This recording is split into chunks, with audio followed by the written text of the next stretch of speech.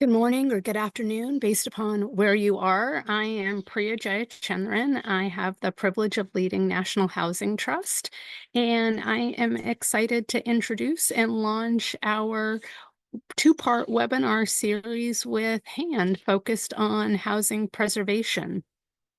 NHT and HAND are partnering on this two-part series to promote dialogue, particularly between housing finance agencies and HAND members on a topic that is near and dear to the heart of National Housing Trust.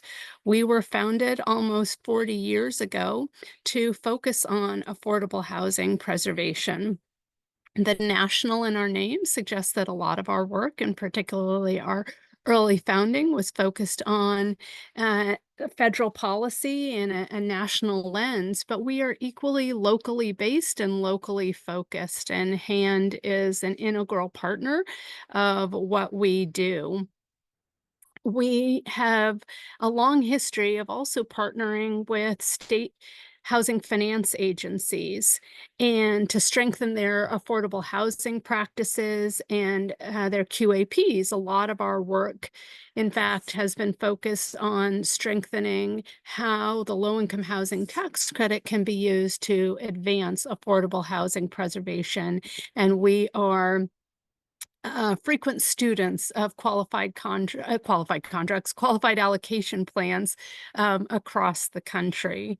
So it's particularly befitting as our own region faces worsening affordable housing crisis and the need to focus equally on preservation as well as new supply, that we would focus on HFAs in this region and how all of us as lenders, owners, developers, financiers, investors can partner with our local HFAs to strengthen policies and practices around preservation. So today, my colleagues are excited to share the findings from their 2023 QAP analysis and help all of you as HAND members engage more deeply in preservation and strengthen your partnerships with our local HFAs. So with that, thank you for giving us the opportunity. Thank you, HAND, for being our partner. And Courtney, I will turn it over to you. Thank you so much, Priya, and good afternoon, everyone. My name is Courtney Battle, and I'm the Executive Director of HAND. It's a pleasure to be here with you today as we dive into part one of our series on housing preservation. And as Priya referenced, we really can't talk about addressing the housing crisis without talking about production and preservation simultaneously, right? And so this is something that we really consistently lift up in our work here at HAND as we consider the policies and programs that are required to address our ongoing housing challenges.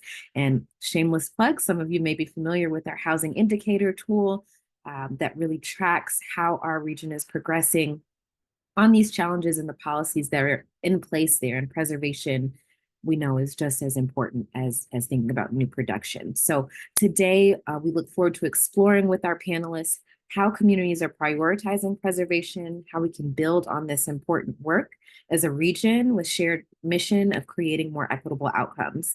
And specifically, we'll be digging into how we can leverage the low-income housing tax credit, qualified allocation plans, QAPs, and other policies to really advance preservation. We'll also hear from our friends, again, at National Housing Trust about their nationwide analysis of 53 QAPs, showcasing how and where states are prioritizing preservation.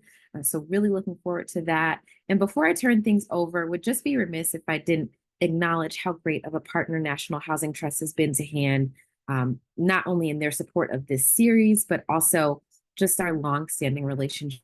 And it's such a pleasure to be working in collaboration with your team and just have such a respect for the work that you're doing in our community. So thank you to Priya and Moha and the entire NHT team. Would also like to extend a huge thank you to all of our speakers today for the time spent in preparing for the session and sharing your insights with us. And last but not least, for anyone who isn't familiar with HAND, we would love to have a conversation with you encourage you to reach out to myself or any members of our team to learn more about HAND, what its membership involves, and how we can be a resource to you. So we'd love to talk to you about how we can get you engaged with our network. And without further ado, I will turn the floor over to Moha Thakur, the Public Policy and Mid-Atlantic Initiatives Manager for National Housing Trust. Thank you. Thank you, Courtney, and thank you, Priya, for your kind remarks as well. Thank you guys all for joining us today in part one of a two-part preservation webinar series. As you saw on the agenda, and as Courtney mentioned, I'm going to really start us off, I guess a 10,000-foot view, really looking at preservation in the QAP and how states around the country are using the Qualified Allocation Plan to think about, to promote and to pursue preservation. So with that, I'm just going to share my screen and get started. So I'm really hoping that today's presentation can be a jumping off point for our conversations with our panelists to come from the Washington, D.C., Maryland, and Virginia allocating agencies, as well as next week's discussion. So I hope you're all signed up for that, where we're going to be hearing from some industry experts, some HAND members on the challenges and opportunities to preservation. Our hope is that this two-part series will help HAND, NHT, and all of you today who are joining us to think about how we together can advocate to further preservation of affordable housing through the QAP, where we can both be appreciative of the policies that a jurisdiction is implementing, as well as where we can recognize where there might be some room for improvement. Really echoing what both Priya and Courtney said, there really has to be a both and as it relates to preservation and production of affordable housing to help us combat this housing supply issue that we're facing. This series also, I would mention, is especially timely as our three DMV jurisdictions are all updating their QAPs in 2025, which really gives us an extremely tangible opportunity to share our perspectives on a variety of QAP topics, of course, including preservation. So for those of you who are unfamiliar with NHT, just a quick background. So we're a national nonprofit, but we're based here in Washington, D.C. We work primarily in the Mid-Atlantic region. We have our largest concentration of properties here. So we are both an owner and an operator of affordable housing through preservation and development. We also have a lending team. We do a lot of policy work, of which team I'm a part of. We provide some community outreach and impact through our resident services, as well as providing energy solutions as we think about not only this most recent influx of funding through the Inflation Reduction Act, but ongoing energy efficiency and weatherization funds and how we can really partner those with affordable housing as well. Similarly, I hope today I don't have to maybe tell all of you on this webinar why we're talking about QAPs and why we're talking about the Low-Income Housing Tax Credit Program. For those of you who may be a little unfamiliar or less familiar with the program, the Low-Income Housing Tax Credit Program was started in 1986, and I think was originally thought of as being sort of one cog in the affordable housing industry, but has really grown to be sort of the largest federal housing program that both produces and preserves affordable housing across the country. And some of these stats from the Action Campaign just demonstrate the sheer impact of the program that it has nationwide. 3.85 million homes created, just over $32 billion in federal housing credit authority. And, obviously acknowledging the 50 state housing finance agencies that administer this program through their state's Qualified Allocation Plan, or QAP. So why am I here today?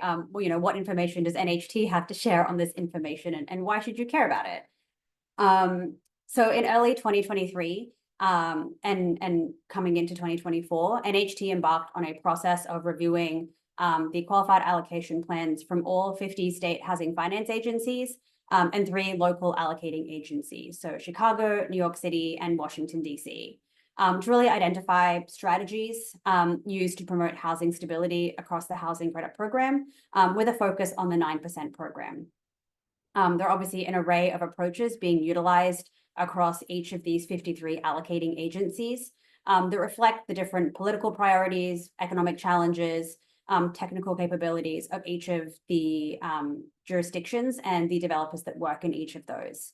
I would really encourage you all to check out our info briefs, one obviously being on preservation.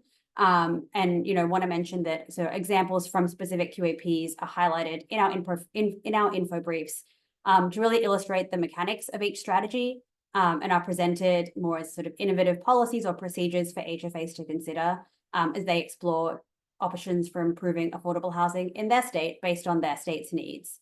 Obviously want to sort of put a disclaimer on there that I think NHT does not, say that one policy is better than another. One state is doing something better than another, or ranking, different states on how their approaches are.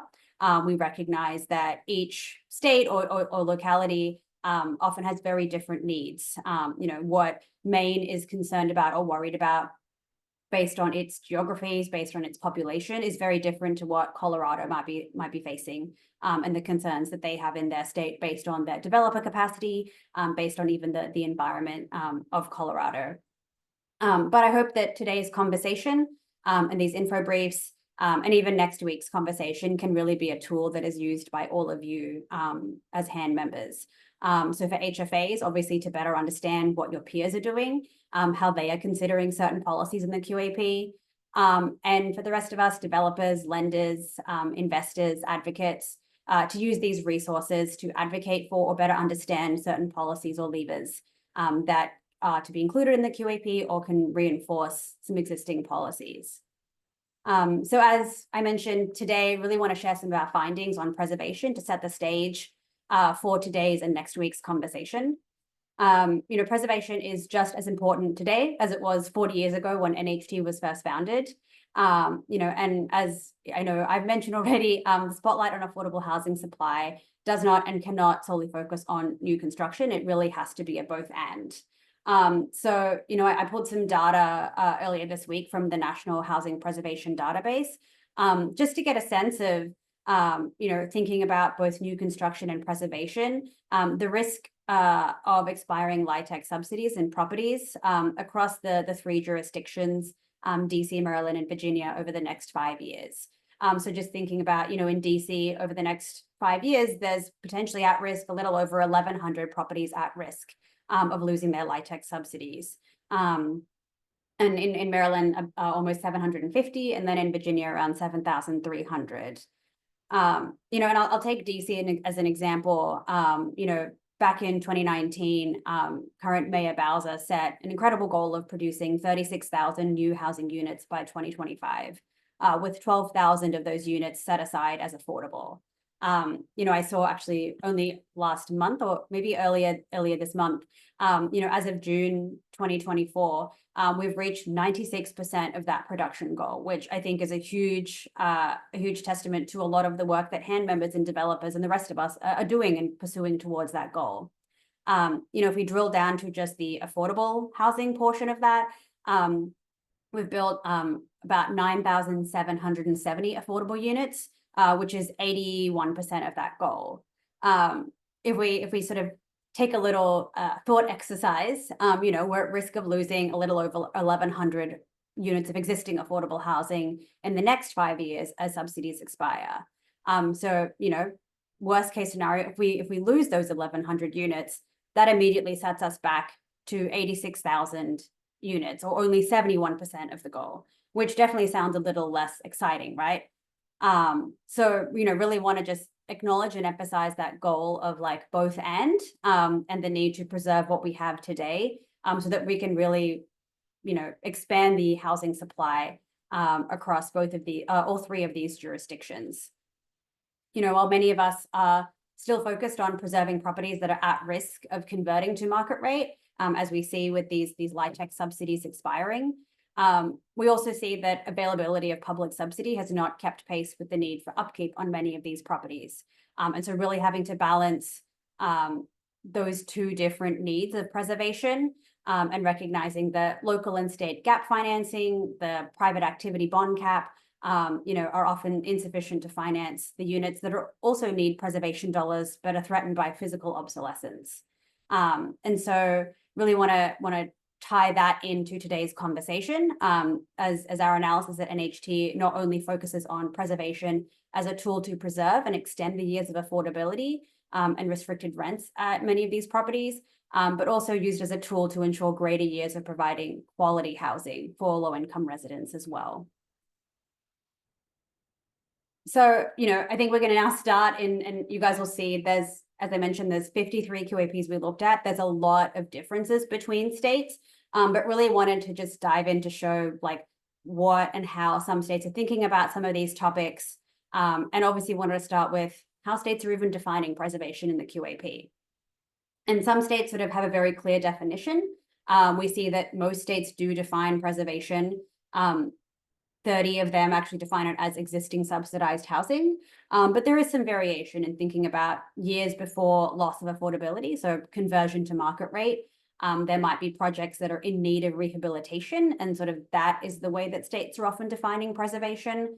And a handful of states, including Washington, D.C., actually include preservation as a tool to preserve existing unsubsidized or naturally occurring affordable housing as well. So not just thinking about preserving housing that already has a covenant or a rent restriction on it, but to think about that larger stock of affordable housing that also needs to be preserved and, in all honesty, is sort of a much larger pool of affordable housing than the current subsidized affordable housing stock.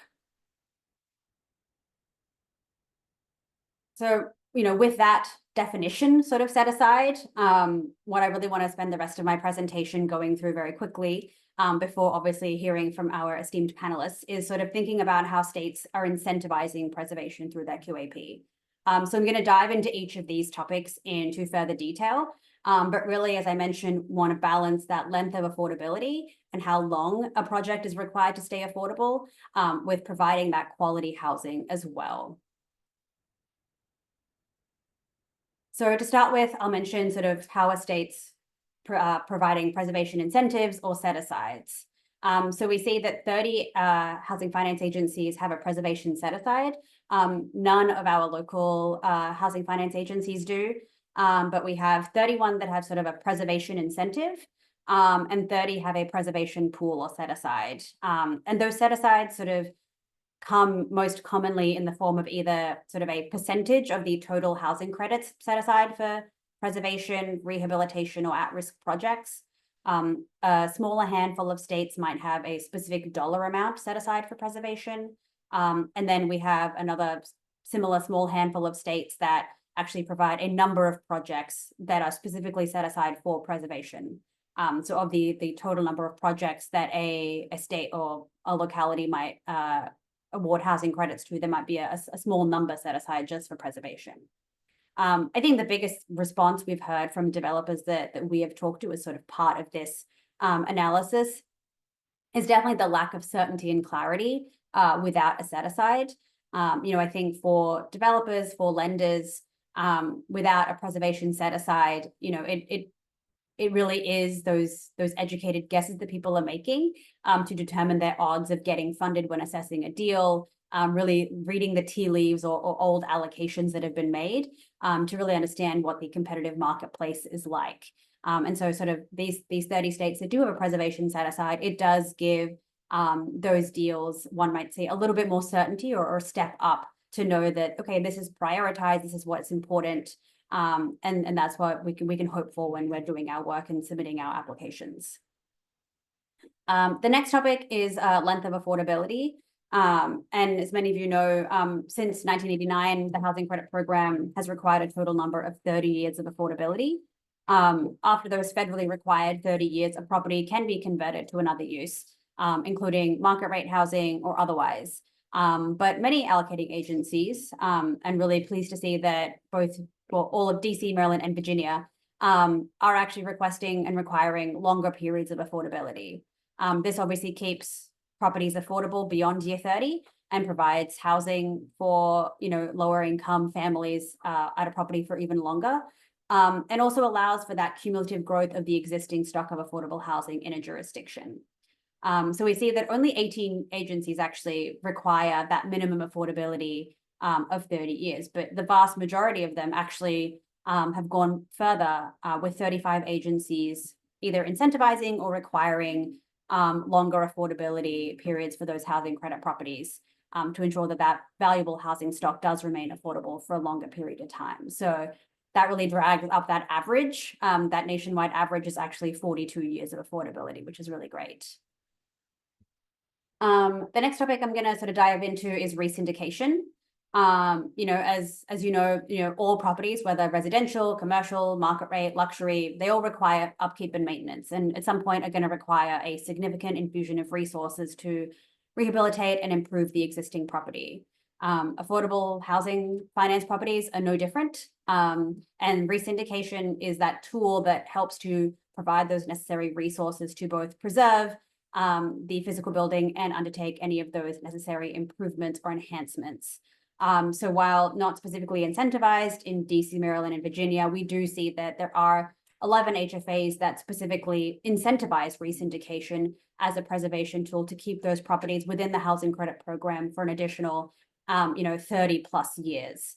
Wanted to point out West Virginia as the one unique example that actually awards points to projects within 2 years of expiration of the end of the housing credit affordability period, and also up to 3 years after.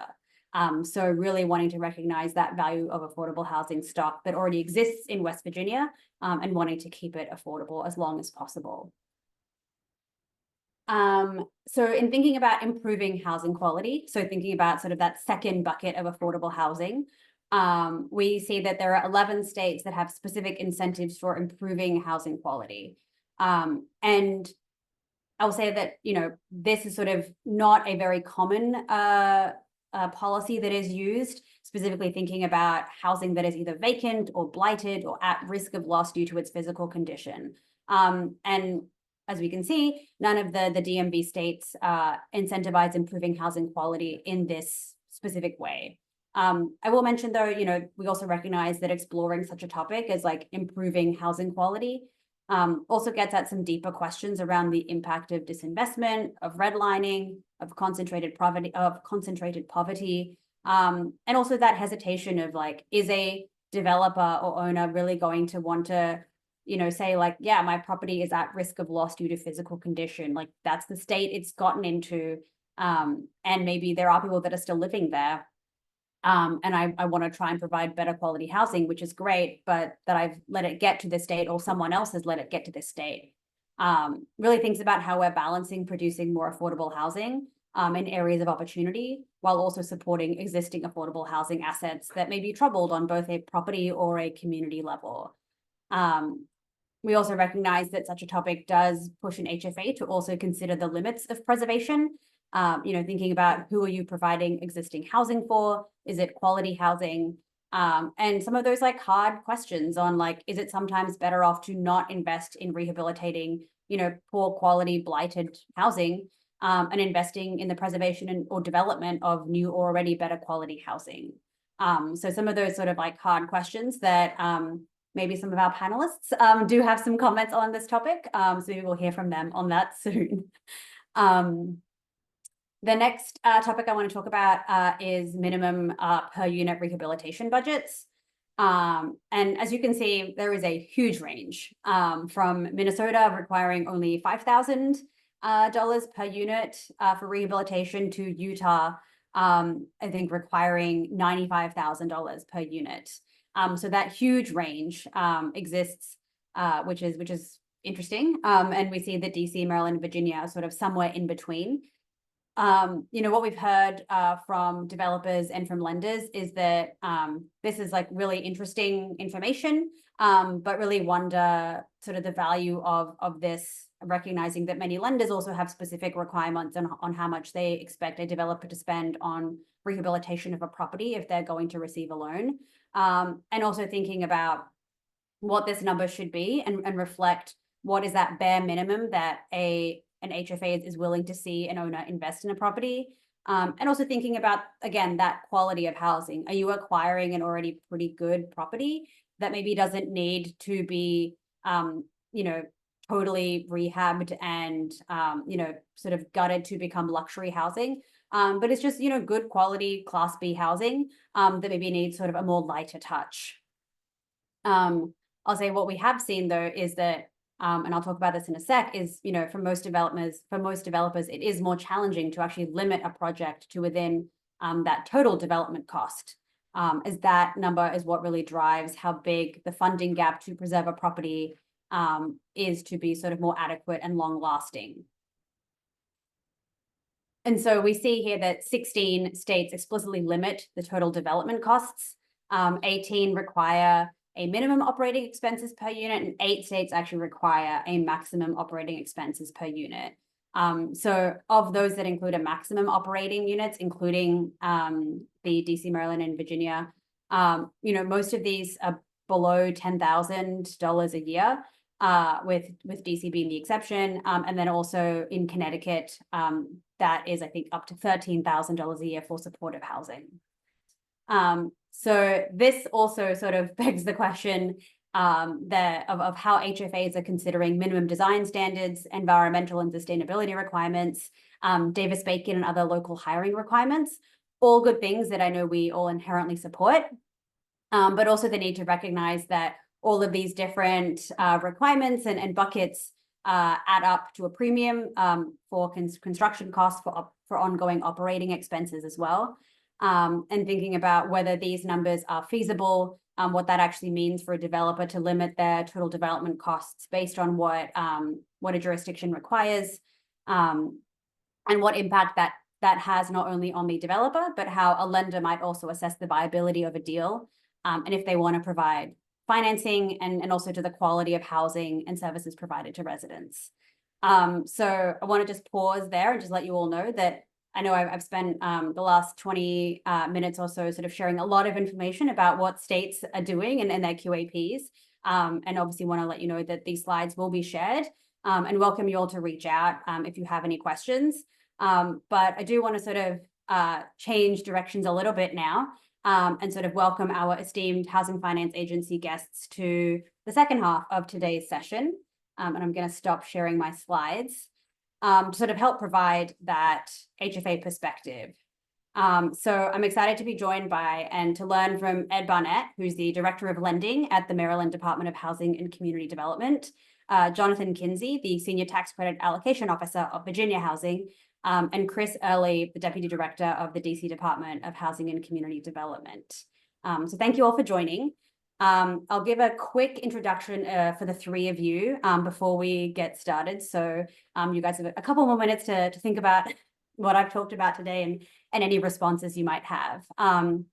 So Ed from Maryland DHCD manages strategy and policy aspects of the state's financing programs for development and management of affordable housing rental units. He works really closely with developers and related organizations to help them apply for financing for affordable housing projects.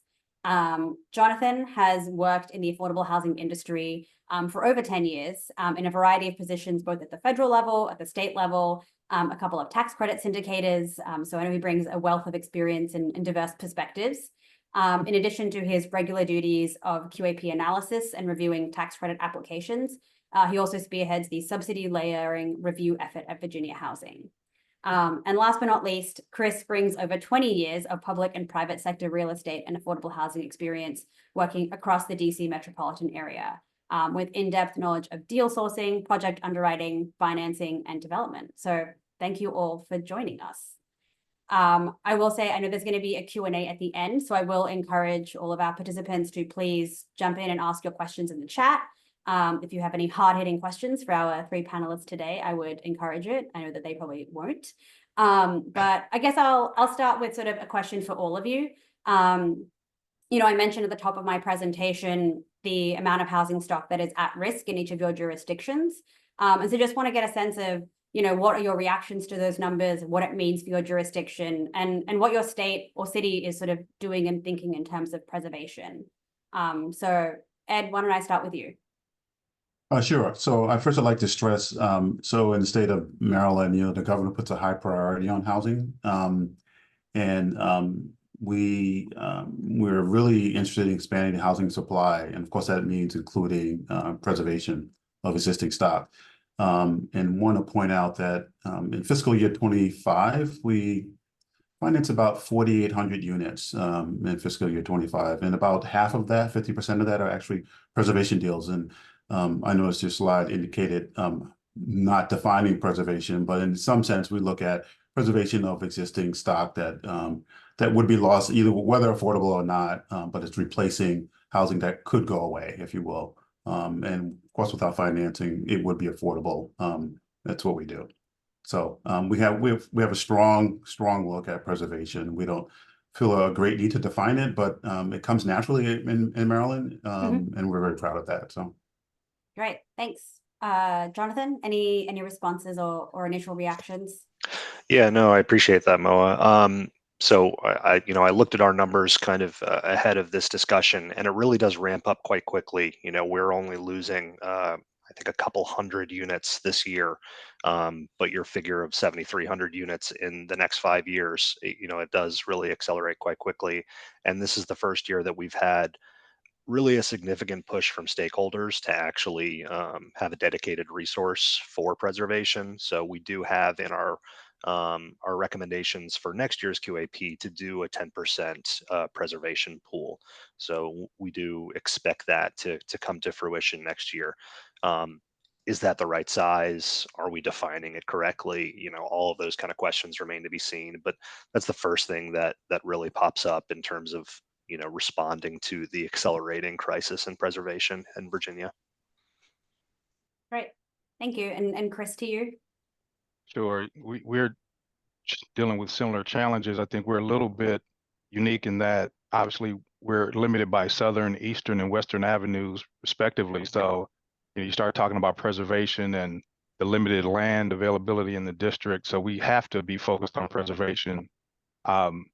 That on top of the fact that we're dealing with a broader challenge of economic vacancy across the district, and how do we solve for that while making sure that we're preserving those communities that have been financed 10, 12, 13 years ago, now that they're getting to their 15-year compliance period end. So we're trying to be as strategic and thought forward as possible and coming up with solutions that'll inform the upcoming QAP. So this is a timely discussion, to say the least.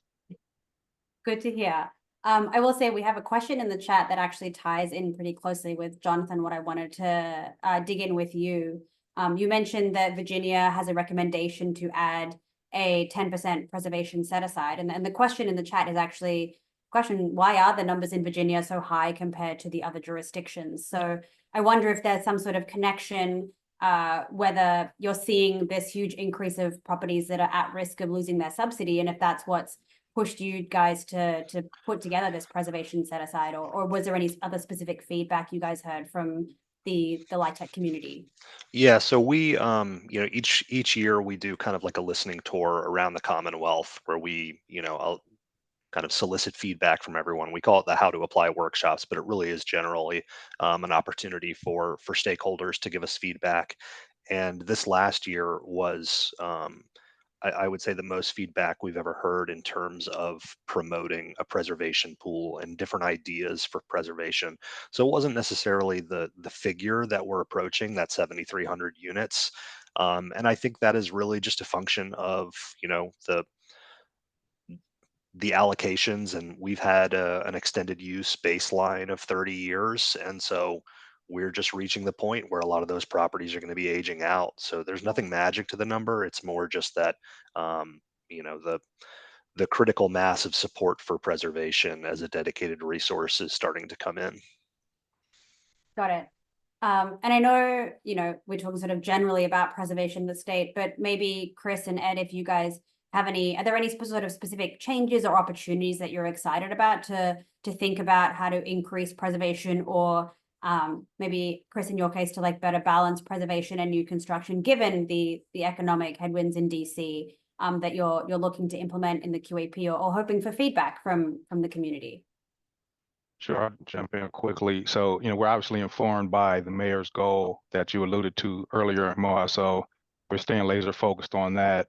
And you're looking at the QAP as a tool to help make sure we meet that goal and quite frankly, surpass that goal. So you know, we're doing a lot of things. You know, part of what we're doing internally, quite frankly, is to take a hard look at our portfolio through my new colleague who started as our new asset manager, to work with him and others on our team to drill down into some of the reasons why some of these properties are having the economic vacancy issue. And so, you know, getting that kind of data, making sure we're understanding what properties might come back in to request a recapitalization funding scenario, and then, you know, working across the city with our other government partners to make sure that we can work together to bring other financial resources and regulatory slash legislative resources that can help preserve units in the district as well.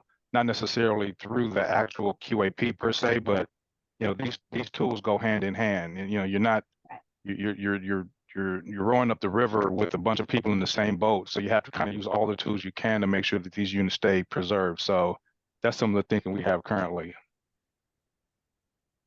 Great. And Ed, from you, anything in Maryland? Nothing that I can really speak to. We see a great number of our units are actually preservation units. So we think we're doing I hope a decent job of preserving housing in Maryland. And as I mentioned, 50% of our units for fiscal year 25 were preservation type housing units. Great. And so next week's panel and the second part in this webinar series is really going to be focused on hearing from industry practitioners, many of whom I know are on this call today. And so I'm curious from each of you, if you've heard any sort of specific feedback from practitioners or advocates related to the challenges to preservation, whether from, you know, them or sort of elsewhere you're seeing any sort of challenges you're working to overcome that you may be seeing the developer community face. Yeah, I could jump in here. So I have a specific example, and I think that we're going to see more of this, you know, this test case as we go into the future. We had a developer come to us that is basically going to be able to acquire a pretty sizable LIHTC development. And they'd like to increase the density on it, which is great. They're still in their extended use period, but they would like to change the makeup of it, increase the density. But in order to do that, they actually want to take some of the parcels and dedicate those to commercial uses or market rate units or single family homes. And so sell those parcels off or use them for different purposes. But as you know, the EUAs and the LORAs are designated to land. And so now we're dealing with the possible implication of an EUA saying that there is affordable housing units on a particular parcel when really there wouldn't be if this plan came to fruition. But we certainly don't want to say no to this kind of creativity. So this is one of those situations where we get to, you know, just kind of throw it to the lawyers and say, hey, please figure this out. But this is a real challenge. And I think, you know, especially considering the cost of construction, insurance requirements, um, developers are trying to come up with creative ways to finance these developments, and we want to encourage that. But that is a particular challenge with these extended use agreements that are still in place that might be preventing them from doing so. Yeah, I feel like that's the nice thing. You can be like, hey, I'm not a lawyer. Maybe you guys can figure out if we can do this. So please let me know yes or no. And then happy to be the bearer of bad news, but not to be the one that, you know, the buck stops with. Ed or Chris, are you guys hearing any specific feedback from the developer community or from, you know, whether it's lenders, investors, about how they're thinking about preservation in your jurisdictions? Well, one thing I'll mention, what we've experienced with a lot of preservation housing and any rehabilitation, yeah, particularly if there are occupied units, what happens with the residents? How are relocation plans developed? How are they implemented? What's the coordination between a contractor or someone who might be representing a resident, the property manager? How does that actually work? And we've been more focused on that lately to make sure it works very well. That's a big challenge. And of course, in many cases, some of the preservation deals cost can be a challenge across the portfolio. Even new construction is expensive, but rehabilitation in some cases can be even more expensive depending on what you might be doing. And so that's a challenge we hear from our partners. Right. And from our perspective, we're constantly looking at how to best use the 9% and quite frankly the 4% when there's bonds involved, resources as efficient tools. So, making sure that the underwriting that is specific and pertinent to where we are in the real estate cycle is very important. For instance, 5% vacancy 5 years ago was standard. These days, maybe not so standard, and that's somewhat influenced by capital providers that are in the private market too. So, from a legislative perspective, we're also making sure that we're in alignment with the district's forthcoming energy efficiency requirements across the city. To what extent that will influence and guide the ability for preservation deals to pencil is something we're considering, and we want to make sure we're being reasonable. At the same time, we want to be in lockstep with the mayor's goal for energy efficiency across the district. So there's quite frankly a lot of balancing going on, but we're open to feedback, and that's one of the things we're really going to be focused on as we're working toward getting the QAP updated by the time we get to calendar year 2025. So more to come on that front. I don't know whether there is anything more you can share right now, Chris, because there is a question in the chat. There is a strong push in DC for green buildings initiatives, and I know even in Virginia and Maryland, it's not just to DC. But maybe, Chris, if you have anything more to share on how will next year's QAP take the net zero energy requirements into consideration? I'll just say stay tuned. Again, I don't want to get out in front of too much of what's going on legislatively, et cetera. I mean, obviously it's a consideration, and there's been a lot of legislation put in place to position the market to follow those guidelines. At the same time, there are costs to that. And so the good thing I think is that part of what you will likely see in the QAP is some level of encouragement to go source these federal and local, what I call green building / energy efficiency funding sources through folks like the DC Green Bank and others, both at the local and federal level, that can help with those requirements that we're all working through to make the city much more energy efficient. Right. Yeah, because I know that for a lot of preservation deals, a lot of existing owners of affordable housing, many are mission driven and want to ensure that their properties are energy efficient, are climate resilient, but definitely takes a few more dollars to really make those changes and those updates in properties that already exist. Ed, I know in Maryland, you guys have your building performance standards. I know new construction projects are required to be fully electric. But how are you thinking about maybe that connection between green buildings and preservation deals and how they can align better? Yeah, so we've been very fortunate in Maryland. You may know, Energy Department has recently received a lot of funds. I was going to use a technical term called boatload of funds, but lots of funds in order to make sure that the properties that we finance are energy efficient. We've always had strong standards regarding energy efficiency, and so there are resources available, whether it's new construction and or rehab. We look at performance standards. What is the level of efficiency that you may have on an existing property over what you plan to, what the standard will be when you complete your work versus what it was before you started construction. So we look at that. We also incentivize points in our guide and QAP regarding those performance standards. And so if you're at 30%, you'll get more points. If you're at 20%, a few less points. But we do have exacting standards for rehabilitation and energy efficiency already built into our guide. And so we get that and have received over time. But with this extra money, it's been really helpful, particularly for new construction, but it's always been there for rehab. And so long as you can meet these standards, there are resources available to cover that. So we're very happy and very lucky in Maryland. Nice. And Jonathan, from you, I guess how are you guys thinking about your QAP and the connection between these energy efficiency standards, a lot of the federal funds that are coming through, and how you're sort of ensuring that some of that money gets set aside for preservation deals as well? Yeah, so in the you can find our recommended QAP changes. They're public information at this point. And we don't really have any changes to the energy efficiency standards. We have incentives effectively for developers to pursue, things like Earthcraft certification, or even future points. If you achieve a zero energy ready development, you can apply that to the next development that you apply for, points that is. Um, and we're also kind of recognizing that you need to be a little bit flexible on kind of your strict standards. We have a 30% requirement on a HERS rating improvement. Mm. But we've started to see some developments come in applying for acquisition rehab credits that have said, hey, I've actually been doing work on my property throughout its lifespan, and because of that, it's going to be actually pretty hard for me to achieve that 30% improvement if I can't count what I was already doing. And so we're taking that into account and working with them and being as flexible as we can be. Nice. Chris, I want to go back to something that you mentioned. You talked about maybe a few years ago, having sort of 5% economic vacancy was sort of what you guys expected.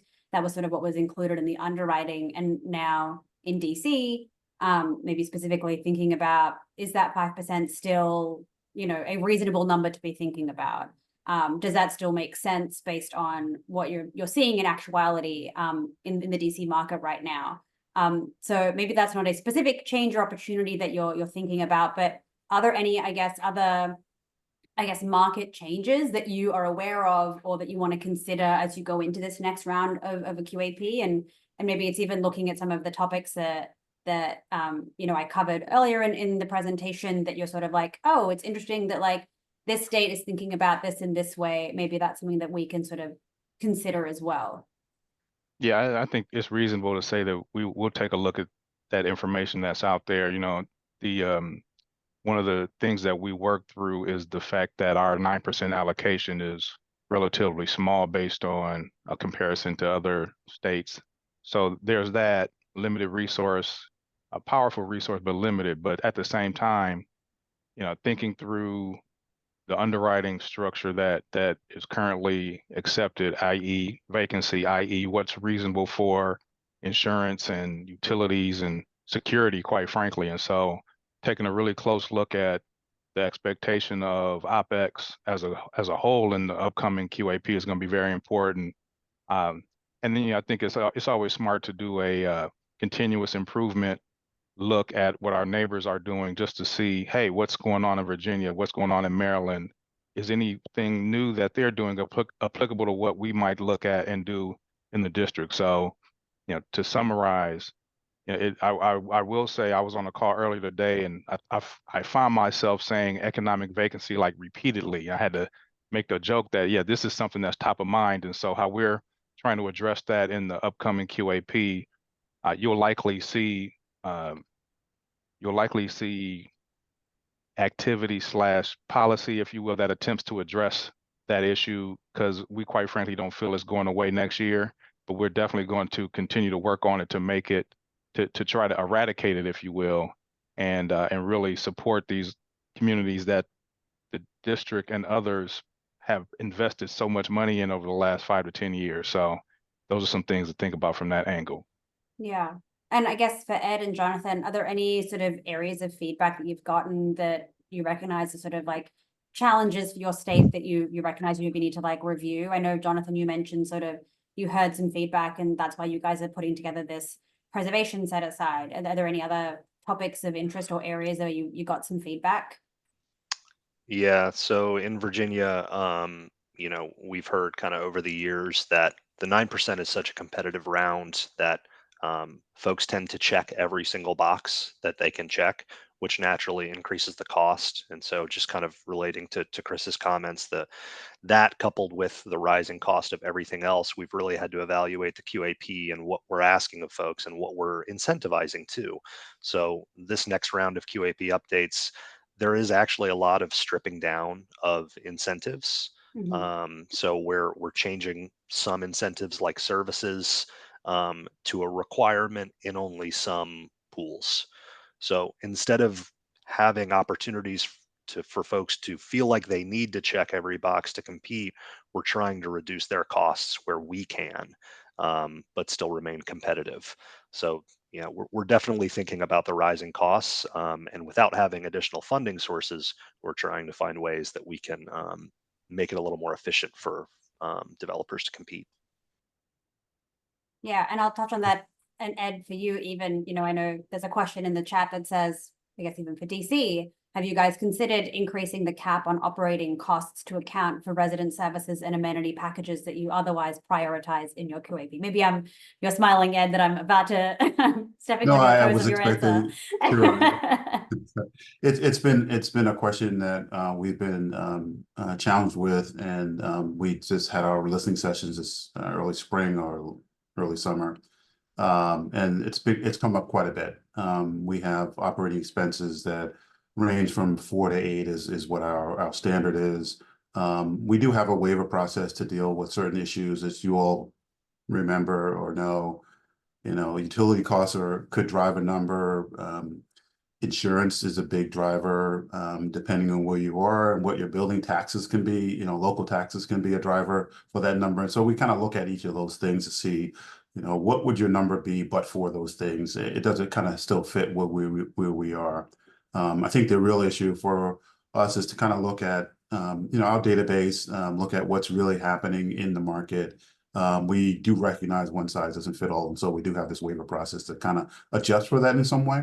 But that is one of the main topics that we've heard in our listening sessions as we gear up to publishing the QAP this summer. Cool. And Chris, I will say I saw you smiling, and I know this question in the chat was, I guess, originally directed at DC. So I wasn't sure if you have any comments on the operating costs and accounting for resident services, for other amenities that you're also encouraging in the QAP. No, Ed said it all. No, I'm teasing. I'll take some of what Ed did say and just build on it. I mean, we're thinking about the same things as far as, it is a constant thing to think about cost containment and not necessarily cost containment for the sake of it, but really trying to make these deals pencil and work. One, in an economic environment that seems to be consistently shifting. And so, excuse me, what will that look like once the QAP is finalized? I don't know standing here right now, but I can say that these are the things that I've talked about, and quite frankly, what my colleagues here have also talked about are things we're looking at as well on somewhat of a scaled down version, just due to our size as a jurisdiction, but at the same time, just as important because folks are clamoring to understand what the box in which they can operate looks like. And so we want to try to be as clear as possible with the various factors we have to consider when putting out the 9% LIHTC. Right. And quite frankly, how it's also governing the 4% LIHTC as well. Yeah. And so I guess to that point, Chris, like, are there any, I guess, areas or topics of interest that, I guess all three of you are discussing with your colleagues that are like, oh, I wonder, how should we be thinking about this topic? Are there sort of specific areas of feedback or topics of interest that you guys want to hear from practitioners and advocates? Something that you want to dive into, whether it's specific to preservation and sort of some of the more ins and outs of these different topics that relate to preservation or something else? One thing that comes to mind, I think it applies to both preservation and new production, is, we have been, so I've been with DHCD for this second round since November 2023, and there's been a lot of discussion about, and I said something about it earlier too, the whole energy efficiency financing construct that seems to be really building up. And so I'm always interested to hear from folks how successful have they been in understanding sourcing and applying those resources to their respective transactions, one, and then two, to what extent are some of the criteria that they have to consider from an underwriting perspective, how are they being made to impart those in their deals, and how does that match up with what we're looking to underwrite in this economic environment where we're dealing with economic vacancy and cost increasing and all these factors. So I think that running dialogue as best as we can have it through a feedback loop, particular to the QAP, one, but then two, just having conversations about deals that are coming, deals that are having challenges through our asset management shop, et cetera, and just really exchanging as much information as possible. That helps inform us, but it also helps us inform the market as to what is reasonable versus what's unreasonable. Right. Ed, for you, I know that when Maryland had its listening session, you had a few topics of interest that you were hoping to hear from, but if you want to share about them or anything else that you guys have been talking about internally. No, I think the main one was really operating expenses, and you know, public supportive housing, permanent supportive housing, and operating expenses related to that. How are we able to ensure developers can provide services, and that drives costs and expenses and so on. With regard to energy efficiency, I mean, I mentioned we're fortunate with the resources that we've had, but we didn't always have those resources. And so those costs, Chris, you know, they were always there. We've had exacting standards about what we want for energy efficiency. It just so happens that these resources came recently to help defray some of those costs, so that there wouldn't be so much pressure on our subordinate financing, so that deals can actually afford to do what we really want them to do, because we're very, very cognizant of the need, you know, to reduce the carbon footprint, and really want to be able to do that. And Jonathan from Virginia.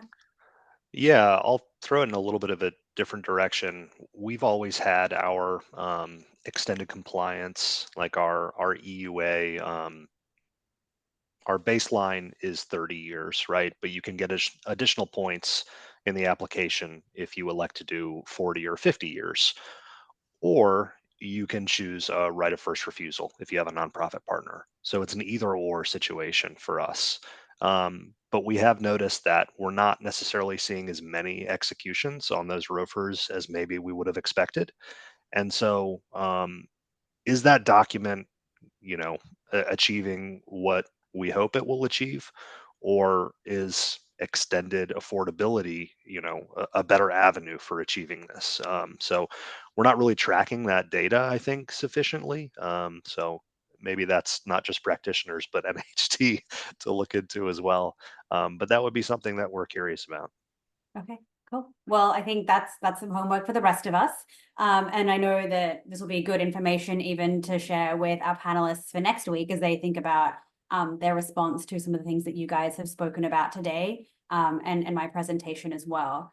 I know that we do want to open it up to some question and answer, so I will just plug in there to anyone in the audience. If you do have any questions for the panel today, to please add your questions to the chat or the Q&A.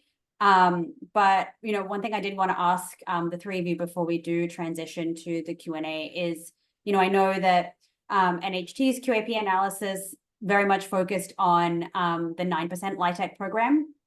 And so wanted to also, you know, offer you all the opportunity. Are there topics that are sort of outside of the QAP or outside of the 9% program that are specific to preservation that you guys want to uplift? You know, I know we talked about both length of affordability and housing quality, but those are just sort of like two buckets in the larger sort of ecosystem of preservation. So wanted to give you all an opportunity if there was anything else to share.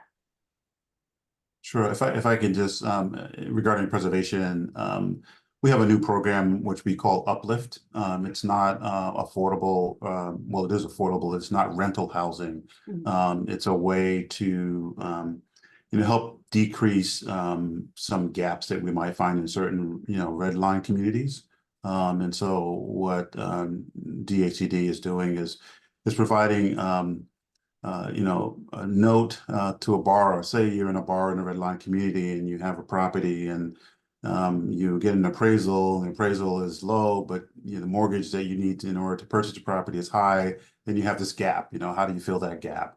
And so we've produced a program which allows developers to create affordable housing up to 80% AMI affordable housing, in order to help those communities to be able to afford a mortgage, at least borrowers to afford a mortgage in those locations. It's our way to you know, help strengthening wealth that people and families can create over time, which is traditional for most people who buy homes, but not so much in red line communities. And so this is a way to solve some of the wrongs that were occurring over the years in certain locations. And so we're very proud of that program.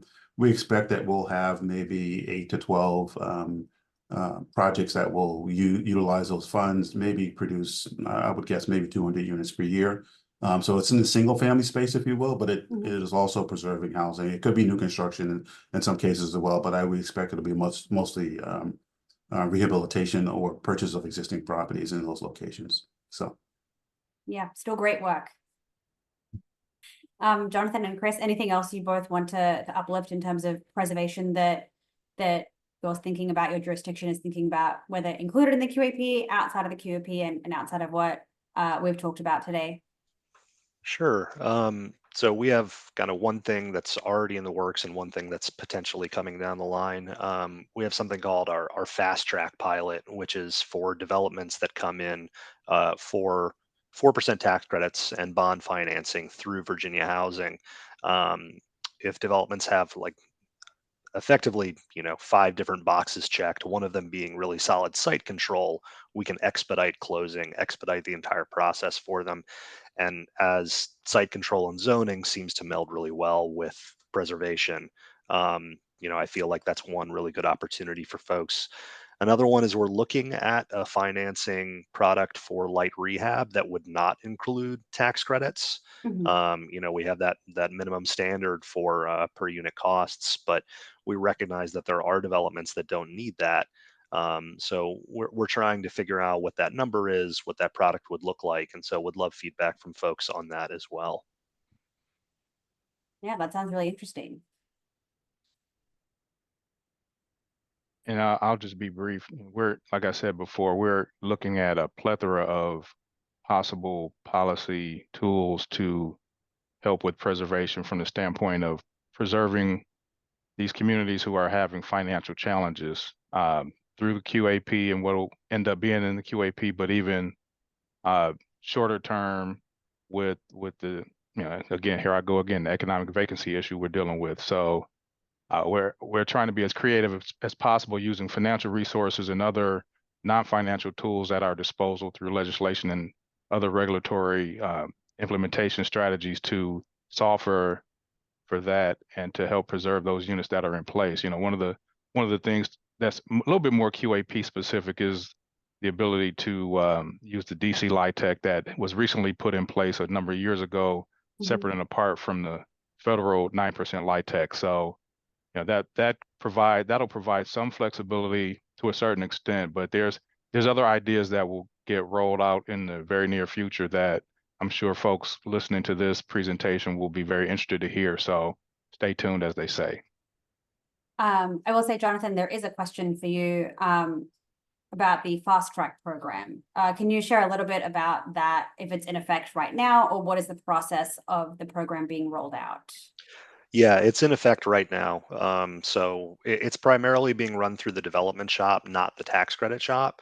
But yes, it's already in place at Virginia Housing if you're getting your bond financing through Virginia Housing. So in Virginia, there's a number of different ways to get a bond allocation, whether it's from DHCD or the governor's pool. But Virginia Housing holds about 43% of the bond cap, and all of the other partners have already reached their cap, but Virginia Housing still has a pretty good amount.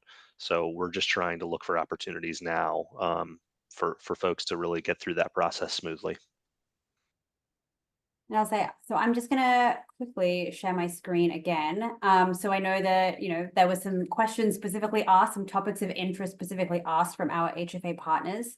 And so for those of you who want to engage in the QAP process, I will just provide these email addresses, these links for you all to please reach out to DC, Maryland, and Virginia. As I mentioned, and I know Chris mentioned as well, so DC DHCD are planning to release a new QAP in early 2025. So if you have any comments, I know that they are welcoming comments before that draft is released, and conversations even before that draft is released. Maryland DHCD hosted 3 listening sessions in early June. And I don't know whether Ed can share any more on the timing, but I know that we've been told plans to release a draft this summer. But if you guys have any other comments or questions, please do reach out to that DHCD email address. And then lastly, Virginia Housing had an open comment period that ended May 31st. But be aware, obviously, that the draft QAP will come out and there will be an opportunity to provide some comments then as well, and also through the tax credit app's email address. And then Jonathan also shared that there are some how to apply workshops that will provide an opportunity for developers to provide some of that feedback as well. Jonathan, I'm not sure if there's anything else you wanted to say about those how to apply workshops. Those typically get scheduled in kind of end of November, early December. We host 3 or 4 across the state and 1 virtual one. So if you go to virginiahousing.com, you can sign up for our mailing list through there, and you'll get notified when those are scheduled. Right. I will just say, to the advocates and practitioners in the audience, I know this is a pretty unique opportunity to have the 3 HFAs and members ready to answer your questions. So do want to just throw it out to you before we end today's session. What are those challenges that you're facing? I know that we've talked about a number of topics on today's panel, but also want to put it out, what hasn't been mentioned that you think is worth, sharing with your partners, or even, sharing with your colleagues today.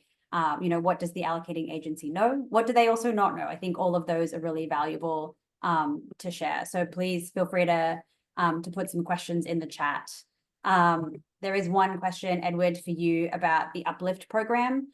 If there are specific counties in which the program operates, if it's statewide, and I imagine there's a link on a website that you can potentially share.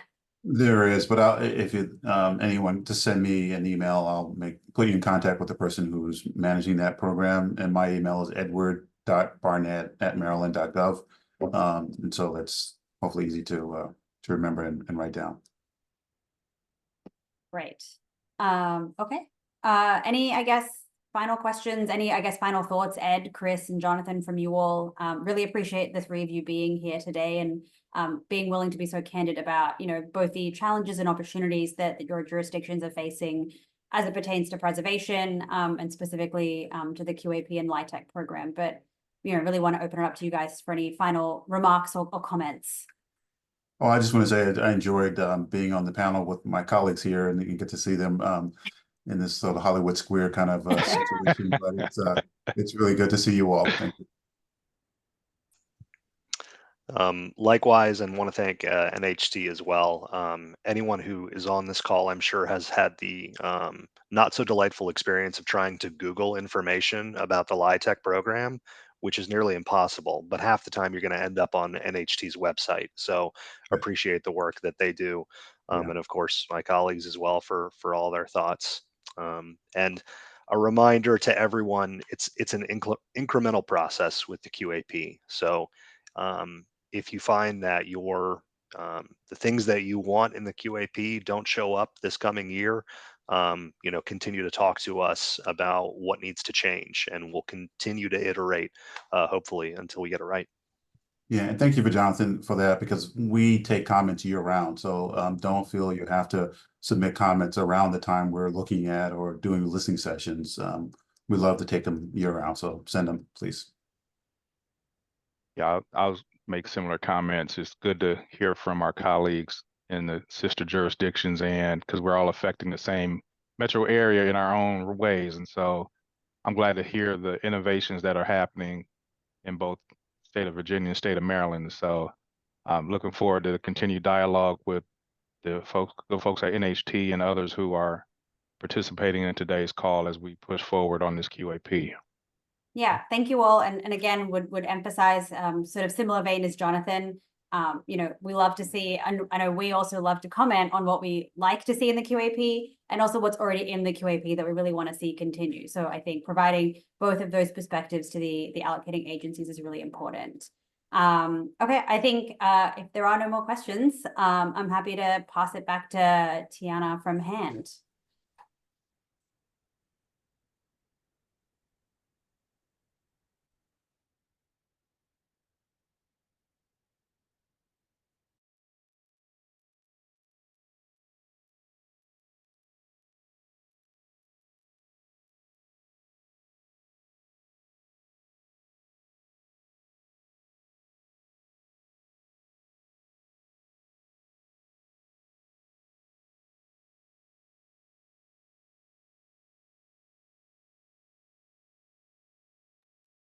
Hello, everyone. I'm Tiana with Hand. Thank you for joining us today. I'm here to remind you to join us again next Thursday at the same time for the final and second installment of this session. If you haven't had a chance to register, you can see the registration link in the chat. Also, before you log off, I encourage you to take a survey about today's session. You'll also find a link to that survey in the chat, as well as the QR code displayed on the screen. This survey will allow you to rate today's session, as well as give you access to the recording of today's conversation. But lastly, your opinion helps us innovate. So I encourage you to keep an eye on your inbox for our membership survey, as well as our upcoming programs and events that will be coming over the coming weeks and months. And lastly, if you have any questions about membership, feel free to shoot me an email. I'll drop my email in the chat as well. Lastly, thank you for your engagement today and have a great rest of your day.